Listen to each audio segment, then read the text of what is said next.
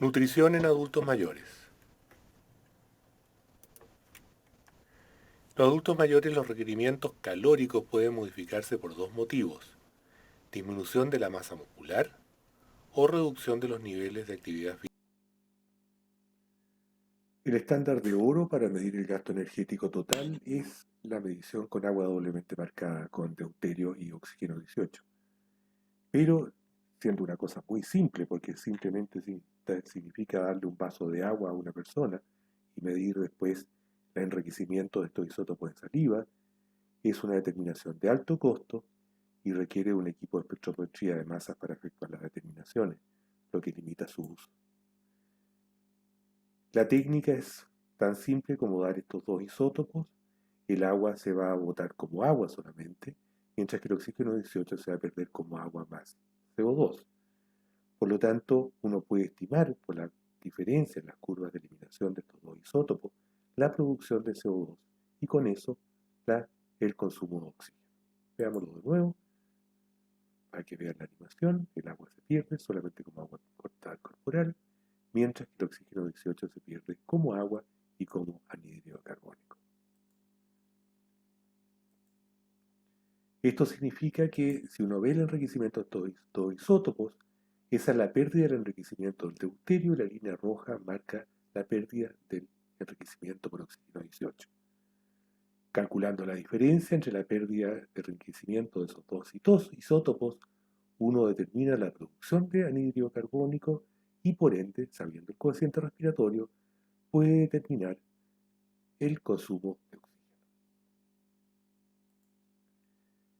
Como este es un método caro, se han buscado maneras más económicas para calcular el gasto energético total, y una de estas maneras es el uso de medir gasto energético basal mediante calorimetría indirecta o usando cálculos por ecuaciones predictivas, y algo muy importante que es la fuente de variación del gasto energético de todos los días, medir el nivel de actividad física mediante algún sistema, dentro de ellos el más práctico, la altigrafía.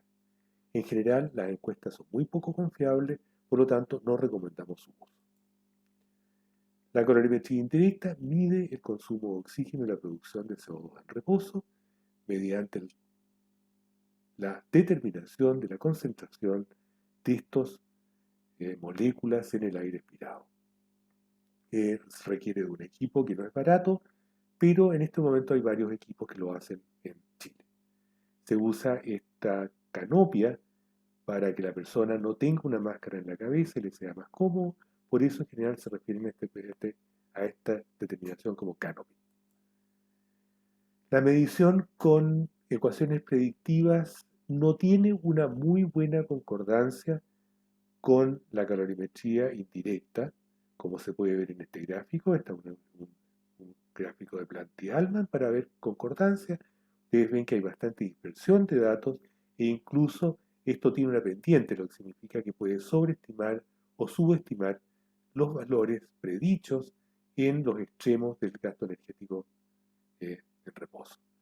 Sin embargo, si no se cuenta con calorimetría, no queda otra que usar alguna de estas ecuaciones, como la de Harris-Benedict, Schofield o cualquiera otra que ustedes sean como usando. Para medir la actividad o el gasto energético por actividad, se usan estos altígrafos, que son aparatos bastante pequeños, que se colocan como electrodo de un electrocardiograma en el pecho y miden actividad y acelerometría durante hasta 20 días. Tienen una muy buena concordancia con el gasto energético medido por otros métodos.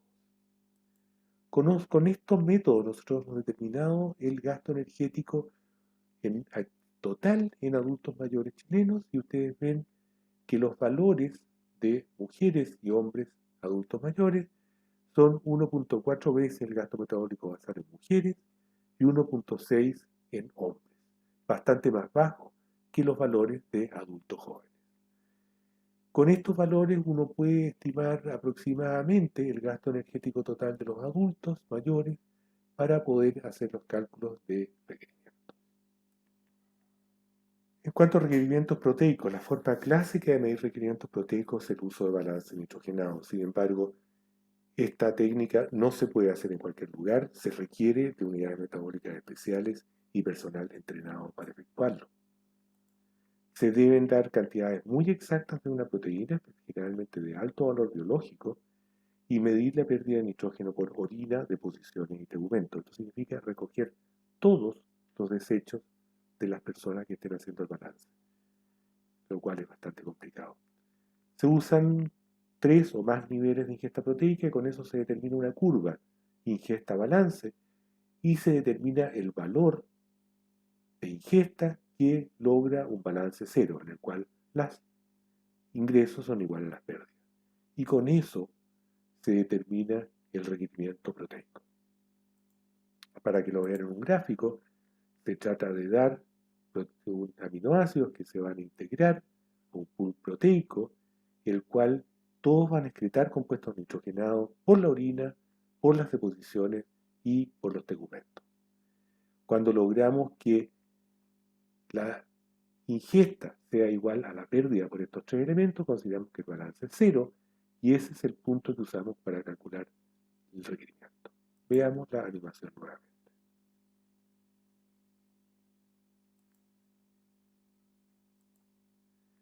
Usando balances nitrogenados, son estudios muy antiguos. En el año 94, un señor Campbell reunió todos los estudios que se habían hecho en adultos mayores para determinar el gasto, el requerimiento proteico en adultos mayores.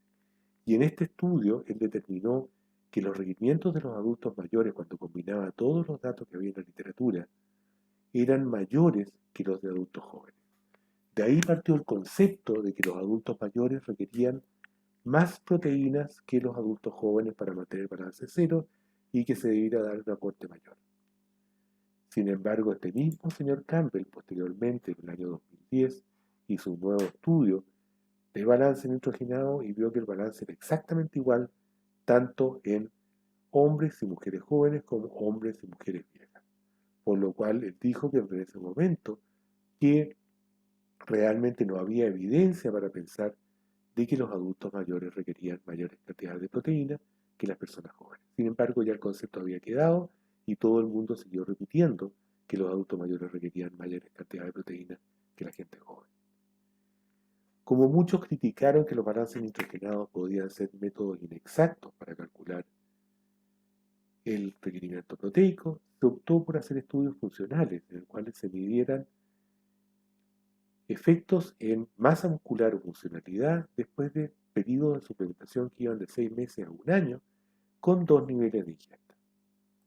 El estudio más clásico es este estudio que se hizo en el año 2018, se publicó en el año 2018, en que a adultos mayores se les dio 2 niveles de ingesta, un nivel de ingesta de 1.3 gramos por kilo de proteína, que son las barras con redondelas, y una ingesta de 0.8 gramos por kilo de peso, que son las barras con triángulo.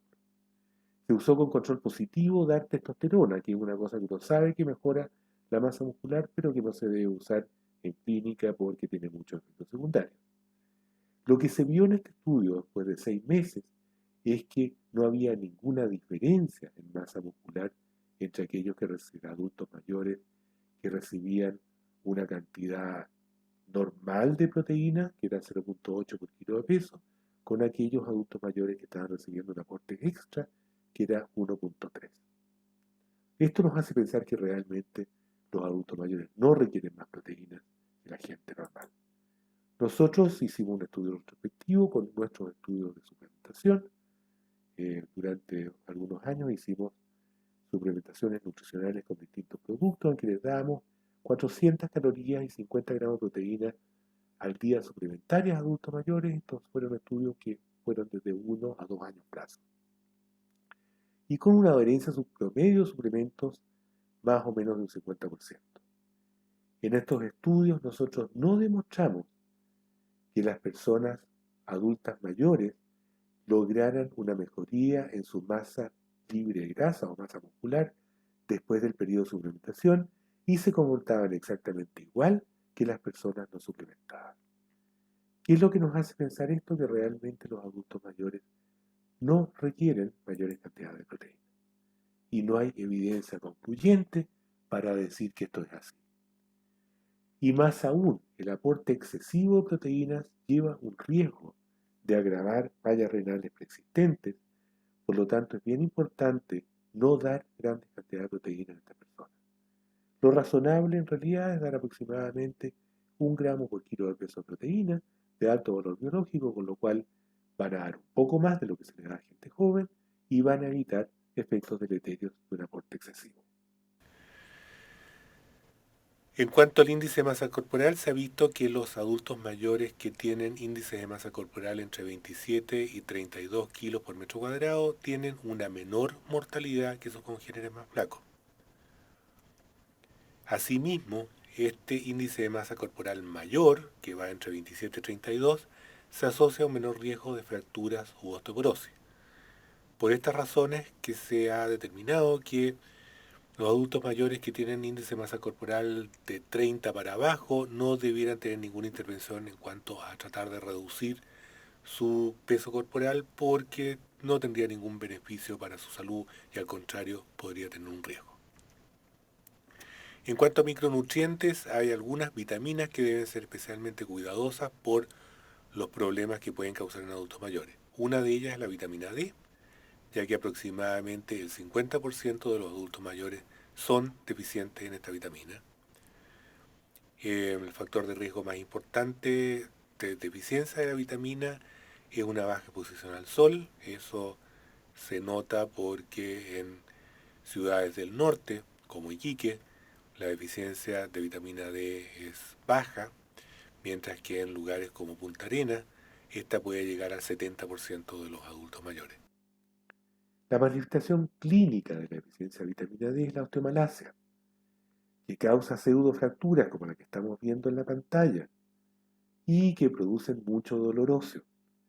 Por lo tanto, en adultos mayores con dolor óseo es razonable pedir vitamina D y pedir radiografía de huesos largos buscando esta pseudofractura como para buscar un posible diagnóstico de osteoporosis. Sin embargo, en personas asintomáticas no se ha visto un efecto claro benéfico con la suplementación con vitamina D. Esto no se ha visto ni en fuerza muscular, ni en incidencia de cáncer, ni en incidencia de infecciones respiratorias o patología cardiovascular. Por lo tanto, la US Preventive Services Task Force de Estados Unidos ha concluido en este momento que no es recomendable medir en forma rutinaria vitamina D en adultos, excluyendo embarazadas, que no tienen síntomas de deficiencia de vitamina D. Esto aquí en Chile todo el mundo está midiendo vitamina D y todo el mundo está suplementando. Probablemente no tiene mucha justificación. Y lo más importante que concluyen es que hasta el momento no hay evidencia que la suplementación con esta vitamina tenga algún efecto benéfico. Y que por supuesto se requieren más estudios para determinar si las suplementaciones van a servir. Otra vitamina que nos preocupa en adultos mayores es la vitamina B12, ya que más o menos el 20% de los adultos mayores tienen deficiencia de la vitamina. El motivo de la deficiencia es una menor eficiencia en su absorción gástrica por atrofia de la mucosa. La manifestación clínica de la deficiencia de vitamina B12 cuando está severa es lo que se llama anemia megaloblástica, que es un tipo de anemia bien especial que se asocia a alteraciones neurológicas. La deficiencia subclínica no está claro qué problemas provoca, pero pudiera asociarse a alteraciones cognitivas o alteraciones sutiles en la conducción nerviosa. Nuevamente hay que recalcar que los efectos de la eficiencia subclínica no están claramente demostrados y no está seguro que tenga ni siquiera un rol la suplementación con vitamina B12 en estas condiciones porque en personas mayores que no tienen ningún problema clínico no se ha visto que la suplementación cuando hay déficit marginales tenga algún beneficio clínico. La vitamina A juega un rol exactamente al revés en el sentido que el problema es exceso. Eh, y el exceso se debe fundamentalmente al uso bastante generalizado de multivitamínicos en adultos mayores, y estos multivitamínicos aportan entre el 100 y el 500% de los requerimientos de la vitamina. El exceso de vitamina A se asocia a un mayor riesgo de osteoporosis. El ácido fólico tiene el mismo problema. Aquí en Chile se está fortificando la harina de trigo con la vitamina, por lo cual nadie tiene deficiencia de ácido fólico en este momento. Esto se ha hecho para prevenir defecto de tubo neural en recién nacidos. Sin embargo, la contraparte de esta fortificación es que el 40% de los adultos en Chile tienen niveles sobre lo normal de esta vitamina.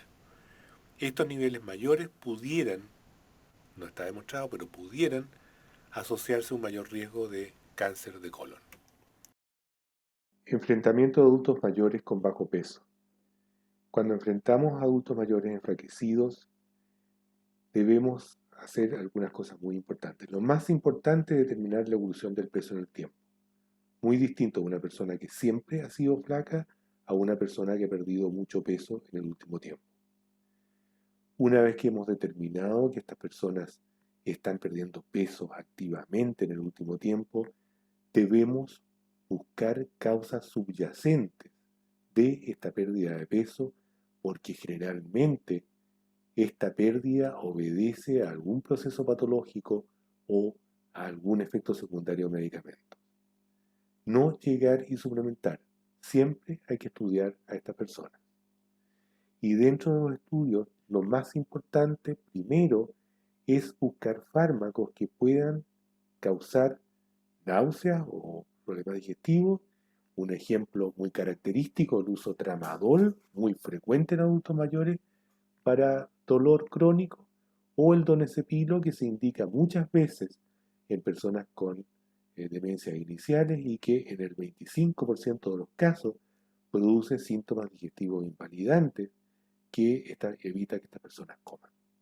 Lo segundo es ver las condiciones de vida de estas personas, ya que adultos mayores viviendo solos, que están deprimidos, están aislados, tienden a desnutrirse solamente por estar en estas condiciones.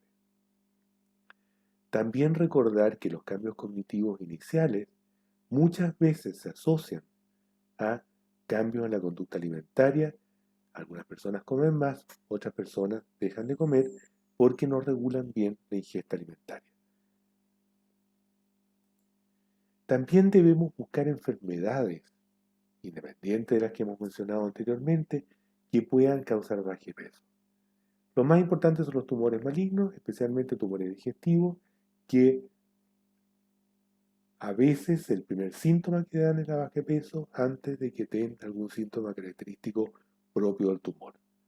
El hipertiroidismo no es muy común, pero también lo debemos tener presente, y generalmente en adultos mayores solamente se traducen síntomas digestivos sin tener ninguna otra molestia.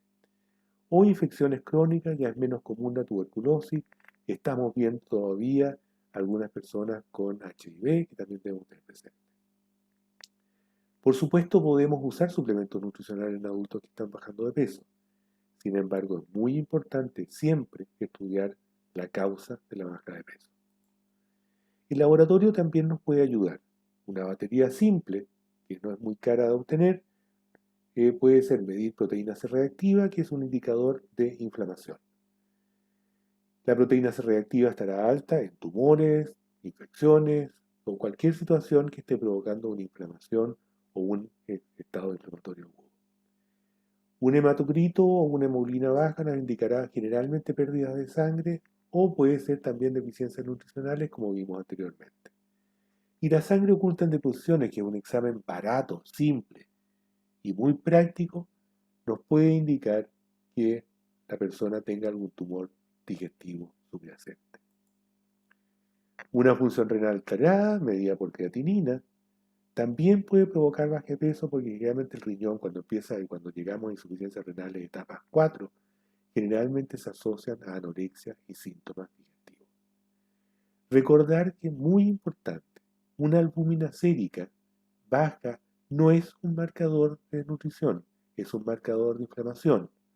Por lo tanto, también una albúmina baja lo que nos debe indicar y lo que nos debe hacer buscar son problemas subyacentes que aún no hemos descubierto. Recordar esto muy importantemente: la albúmina no es un marcador de desnutrición. Los programas de suplementación nutricional se han implementado en adultos mayores a nivel mundial fundamentalmente por la inseguridad alimentaria que puede experimentar este grupo etario. Si definimos el hambre como el malestar físico que un individuo experimenta cuando tiene una ingesta alimentaria adecuada, la inseguridad alimentaria se refiere al estrés asociado a no saber si se tendrán suficientes alimentos o si se tendrán alimentos para poner en la mesa y las consecuencias sociales y psicológicas de no tener estos alimentos. Y la inseguridad alimentaria en Chile existe en adultos mayores. Estos son estudios del año 2013 en que vemos que aproximadamente el 23% de los adultos mayores experimenta una inseguridad alimentaria leve, el 10% una inseguridad severa y el 3 a 4% una inseguridad severa. Esto ha aumentado notablemente después de la pandemia, porque por supuesto los ingresos han disminuido. Esto no es privativo de Chile. En Canadá, este es un estudio hecho en Canadá, en el cual ustedes pueden ver que también hay una prevalencia de inseguridad alimentaria. Y si ustedes ven lo que está marcado con azul oscuro, que es el norte de Canadá, donde viven las comunidades aborígenes, que están mucho más limitadas en recursos y más segregadas, van a ver que esta inseguridad es mucho mayor. Por lo tanto, lo que se ha implementado a nivel mundial son programas de suplementación nutricional para estos grupos para combatir esto. En Chile está el programa llamado PACAM y en Estados Unidos se implementó este programa que se llama SNAP, que es Supplemental Nutrition Assistance Program, que en vez de dar nutrientes les dan una tarjeta de prepago a los adultos mayores con una cantidad de dinero que pueden gastar en comida. Los resultados de los programas, sin embargo, no han sido muy auspiciosos. El programa CENEX, que evaluó los resultados del programa del PACAM en Chile, ahí está la referencia, que está publicado en PROSMED, no encontró beneficios en estado nutritivo, incidencia de infecciones o estado funcional de adultos mayores. Sin embargo, estos programas pueden tener beneficios indirectos, tales como aumento de adherencia a programas de promoción de salud o un mejor control del estado de salud de adultos mayores adscritos al centro de salud familiar. Lo que se ha visto en Estados Unidos con el SNAP es que se reduce el riesgo de hospitalización. Esto solamente por el hecho de participar en el SNAP se reduce y las personas que están recibiendo un ingreso mayor de $10 al día también notan que este fenómeno ocurre. Y lo otro que se ha visto es que disminuyen los gastos en salud. Las personas que están recibiendo el SNAP disminuyen los gastos en salud. Uno, porque se enferman menos probablemente. Por lo tanto, hay razones para pensar que si bien no hay un beneficio directo en el estado nutritivo, estos programas de suplementación pueden tener beneficios indirectos que vale la pena explorar.